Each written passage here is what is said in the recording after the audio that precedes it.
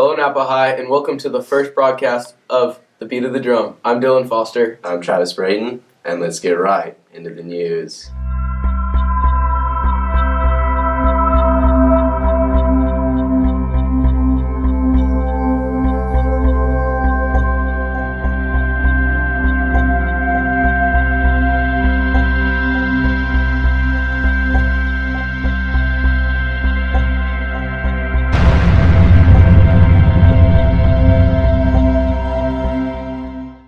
Attendance is an important part of being at Napa High, but not everyone takes it seriously. Jay Robichaux, Jonathan Gadassi, and Axel Gonzalez take a look at the age-old practice of ditching class. Well, anytime a child is not in school, they're not learning. And the whole purpose of being in school is so you can learn. And when they're not in school and they're ditching because they're not ill or something, they're not doing great things out there. So we like kids to stay in class every day. Now for intervention, you cannot expect kids to not ditch. They do not look at that as an important thing. If they have no classes they need to fix, then they're not going to go to intervention. I can't really feel bad for them because it's their choice. The way I see it, it's kind of if they want to screw themselves up, that's their own fault.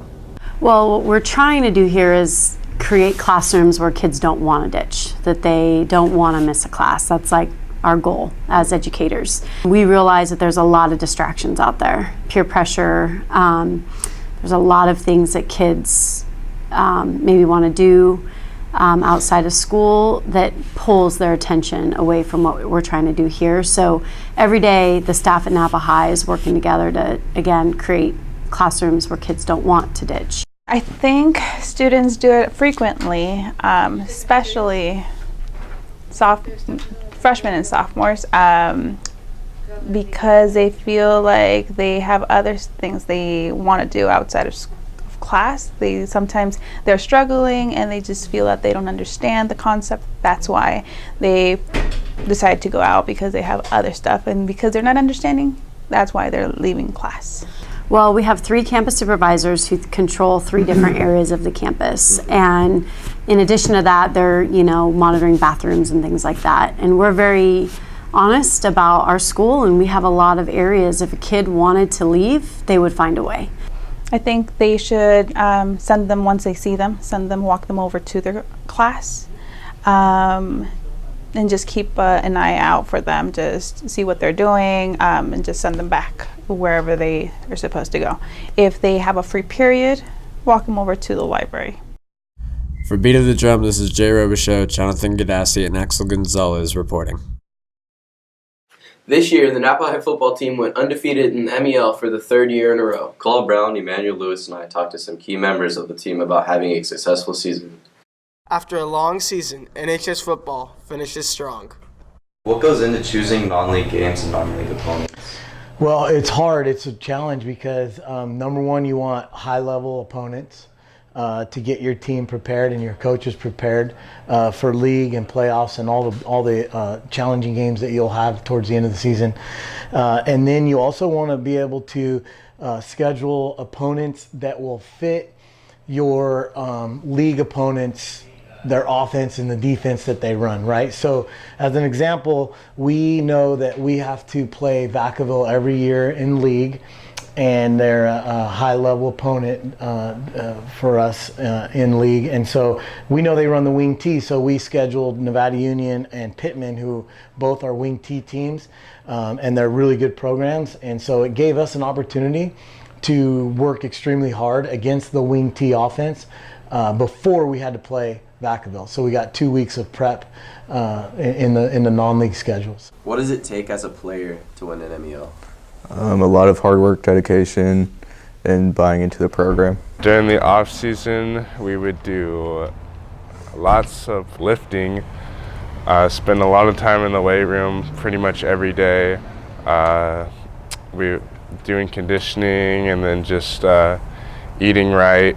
Our philosophy is that you show up every day, you work extremely hard, you build your body and your mind, and you are selfless. Being selfless, giving of yourself for what is best for the team and what is best for the program. For you, what was a highlight of this season? It was probably beating Vacaville or coming back from Nevada Union.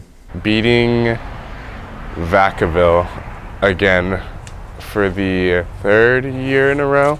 It was nice because every year it's like Vacaville is our main competition. I think Nevada Union was an awesome win for us. It was a double overtime win.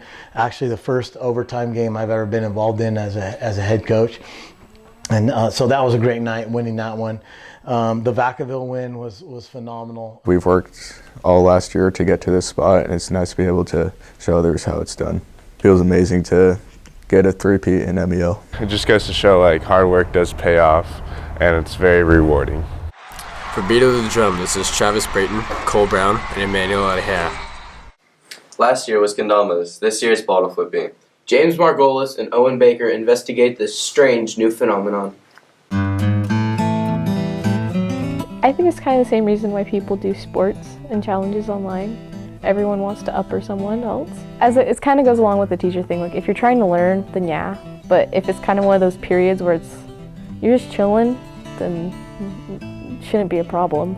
Bottle flipping is, I think, honestly, is like a really stupid thing to do.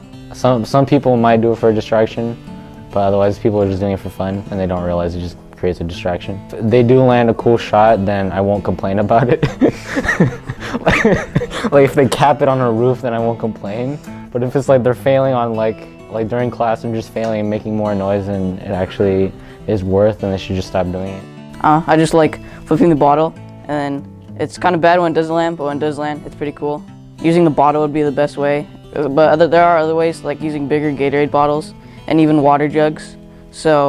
But the water bottle, I guess, is the best way. They should try it. It's addicting, really. For the Beat of the Drum, this is Owen Baker and James Margolis signing out.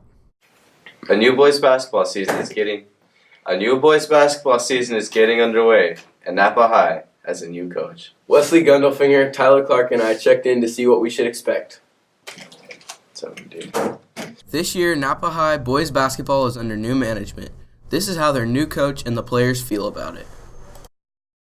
I've been coaching for 12, 13 years, most of those years here at Napa, and over those 13 years I've always, I've started aspiring to become a head coach at some point, whether it was girls or boys. I became a head coach last year at Vintage for 1 year in the girls program. And then when this position came open, I played here, I went to school here, I coached here. So it was a no-brainer for me to apply and try to get it. Our goal as a team is, well, of course, wanting to make it to playoffs, but in order to do that, we need to have a good preseason. I think a big goal would be probably to make the playoffs. I think that's probably our number one goal as a team. It's been about 10, 11 years since our team's been to the playoffs, so I think that's probably what we're striving for in the end. But as far as other goals that are not so much win-oriented, I think as a group coming together collectively and getting a closer bond together, and growing as a team as from the beginning of the season to the end of the season, hopefully that'll translate into wins.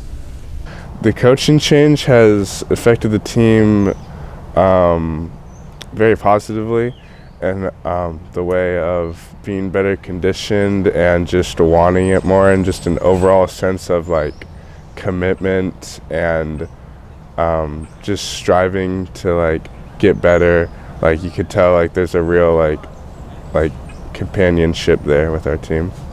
In a way, I think it's been very positive. I think anytime, but as well, it's also been kind of difficult. I think anytime a change occurs, especially for in high school, when you've had a senior class who's been with the same coach for 3 years and then kind of bringing in someone new, it's kind of hard to adjust. But I think the seniors have really bought in, and I think they know our potential with this new coach, and I think that's been really positive. I think seniors may miss some of the things that the old coach brought, but at the same time, that's kind of out of our control. So we have to move on with the new coach, and I think we've done very well with that. I love Napa High, and I love Napa basketball. For the Beat of the Drum, this is Dylan Foster, Wesley Gundelfinger, and Tyler Clark signing off. Teachers give us students a lot of work, and sometimes we really resent it. But it is important to remember the things that teachers do for us and our education. Ronnie Moore and Jessica Perez talked to two teachers who constantly give their best.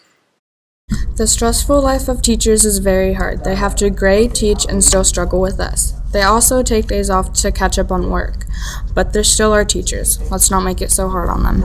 I love being a teacher. I enjoy working with students, helping them through not only learning my content, but learning how to deal with life. And so it affects my personal life because I think about my students. I hope for the best for them. I spend a lot of time trying to make lessons that are engaging and will help them in the real world. It affects my personal life, I guess, because everything I do outside of teaching in school is kind of revolved around helping students as well, because I'm a coach too.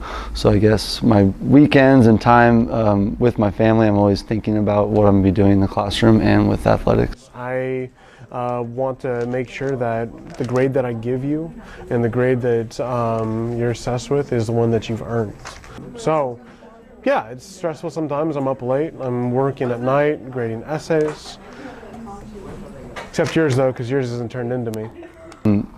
It is stressful, and the reason why is because you want to try and get the work back to the students and give them feedback in a timely manner so that they can make the necessary changes before they keep compounding mistakes or making the same mistakes, so they can see progress.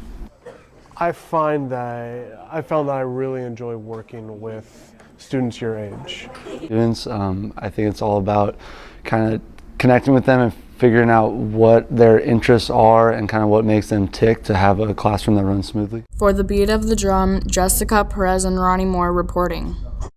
We all know that it's not always easy to be a student. Christine Ramos, Nikosha Turner, and Jasmine Damian look at how hard it can sometimes be.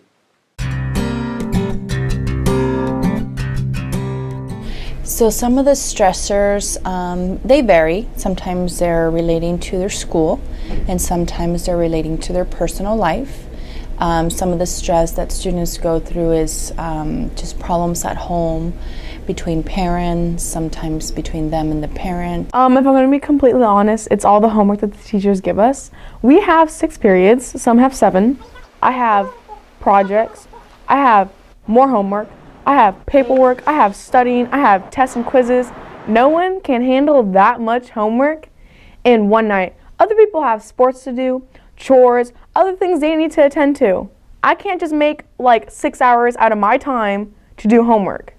The most stressful thing of school is the tests and sometimes homework, because by homework you have to do it, especially on tests, because you have to know how to do the problems.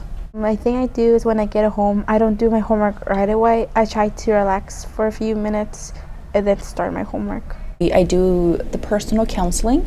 We talk about the problem and we talk about ways that they can relieve some of the stress. If school's really stressful for me, I just won't do my homework. And that's for a lot of people. A lot of people, like, if they get really, really stressed, they end up doing things like harmful because of like all the stress. For the Beat of the Drums, this is Natasha, Jasmine, and Christine signing off. That's it for this time, Napa High. Please visit us on our website, thebeatofthedrum.org, and on our YouTube channel. For the Beat of the Drum, this is Dylan Foster and Travis Brayton signing off.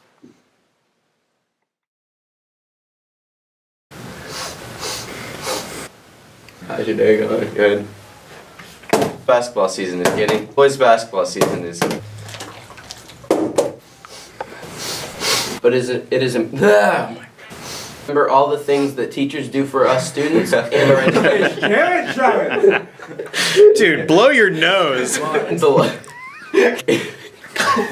Oh my god. Hi, please visit us.